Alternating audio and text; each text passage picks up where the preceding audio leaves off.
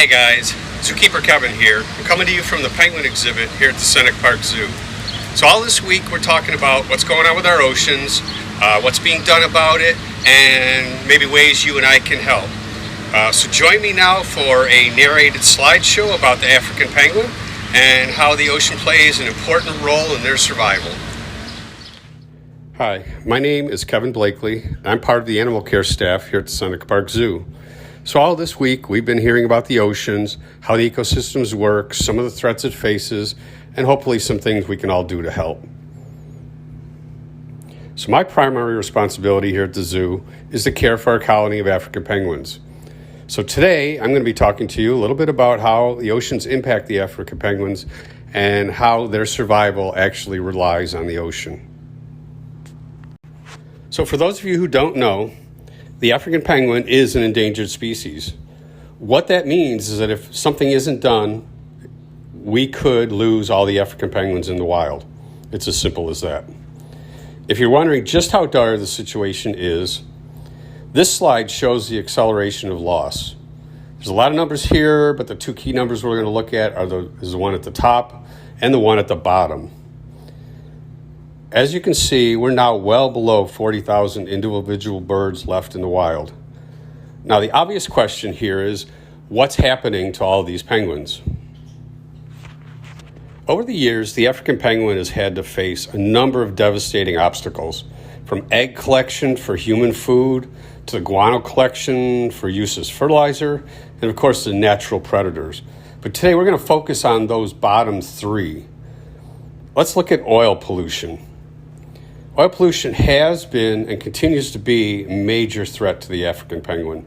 More than 80% of the African penguin population lives within 100 miles of a major port. In the year 2000, a ship ran aground just off the coast of Cape Town, South Africa, spilling 1,300 tons of fuel directly into the habitat of the African penguin. Nearly 20,000 African penguins were oiled, and another 20,000 were in jeopardy of being oiled. This represented nearly half the entire population of the African penguin at the time. Now, the cleanup of this disaster is an interesting story, and we're actually going to go into it in greater detail later this week. So be sure to tune in for that. You're not going to want to miss it. Suffice to say, it still stands as the largest animal rescue in history. Unfortunately, there's a new oil threat in South Africa, and that's the practice called bunkering. This is the practice of transferring fuel from one ship to another while at sea and then storing the fuel on the ship rather than on land. This is the primary cause of oil spills in the area at this time and the major threat to all seabirds. Now, without a doubt, the number one threat to the African penguin in 2021 is the lack of small prey fish. While there are a number of reasons for the lack of food, the primary threat comes from the form of commercial fishing within the penguin's feeding range. Commercial fleets from around the world converge on South Africa for their supply of sardines and anchovies, the penguin's primary food source. Another disturbing trend is the warming of our oceans. As surface temperatures rise, the fish migrate out to deeper water. This puts tremendous strain on the penguins to not only find fish, but to bring it back to their young. While adult penguins can eat at sea, they must store the fish and bring it back to shore to feed their chicks. This extended round trip can have devastating effects on their chicks.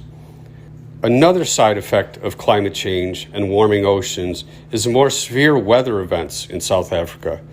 This is causing delays in breeding, which is sometimes forcing the breeding season to overlap into the penguin's molting season, which is on a much more strict schedule. If this happens, adults are unable to go out to sea and therefore unable to feed their chicks, leaving them to starve in the nest. So is it all gloom and doom? Thankfully, it's not. There are amazing organizations that work day and night to rescue, rehabilitate, and release African penguins back into the wild. One of these organizations is SANCCOB, the Southern African Foundation for the Conservation of Coastal Birds. SANCCOB has facilities located in the heart of the African penguin range, and they do some amazing work. And with continued support from people like you and me, they'll continue to do their great work. But rehabilitating birds after the fact is not the long-term solution. So what can you do to help?